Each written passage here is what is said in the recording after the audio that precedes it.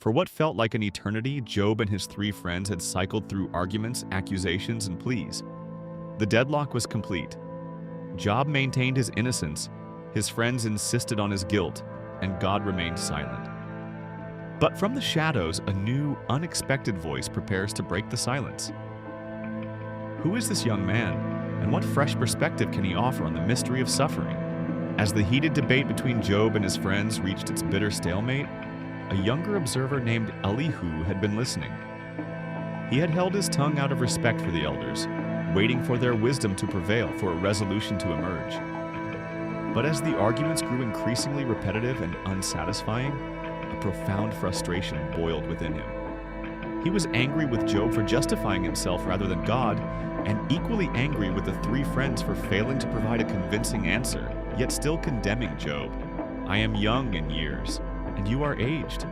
Therefore I was timid and afraid to declare my opinion to you. I said, days should speak, and multitude of years should teach wisdom. But it is the Spirit in a person, the breath of the Almighty, that gives him understanding. Great men are not always wise, nor do the aged always understand justice. Therefore I say, listen to me, I also will declare my opinion." Elihu, filled with the divine inspiration he believed compelled him to speak, could no longer remain silent.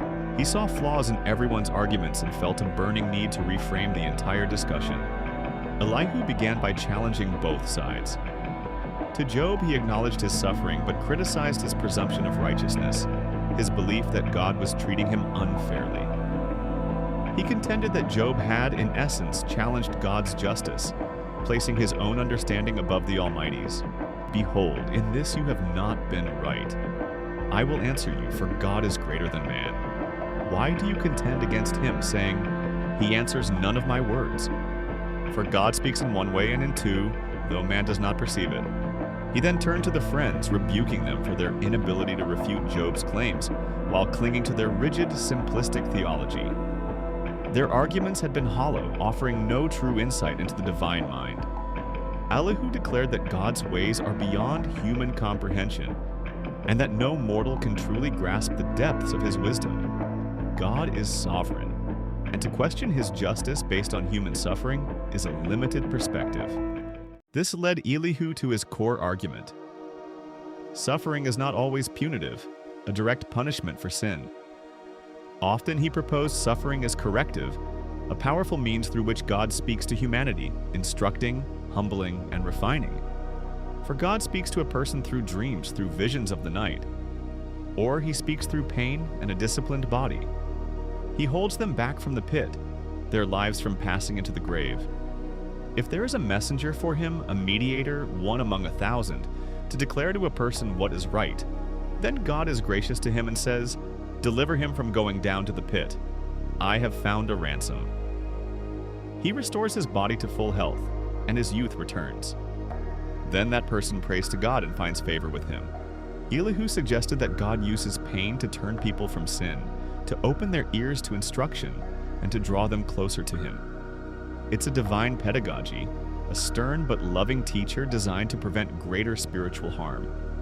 Through suffering, God humbles us, cleanses us, and ultimately offers a path to restoration and a deeper relationship with him. Elihu's discourse profoundly shifted the terms of the debate. He moved the discussion away from the simplistic suffering equals sin equation and Job's self-justifying laments. Instead, he introduced a nuanced theological framework where suffering could be understood not just as divine judgment, but as divine communication and refinement. His words served as a pivotal bridge, transforming the question from, "Why is God doing this to me?" to, "What is God trying to teach me through this?" Elihu's youthful, passionate insight broke the deadlock, challenged everyone's assumptions, and subtly but powerfully prepared the way for the most dramatic event in Job's entire ordeal: the direct, thundering intervention of God himself.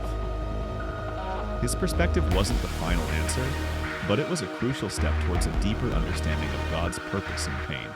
Elihu's voice, emerging from the long silence, offered a groundbreaking idea that suffering can be a profound teacher, a means for God to refine our faith and draw us closer. This new, nuanced perspective provides a fresh way to understand suffering's purpose and God's interaction with humanity. breaking the intellectual and spiritual deadlock.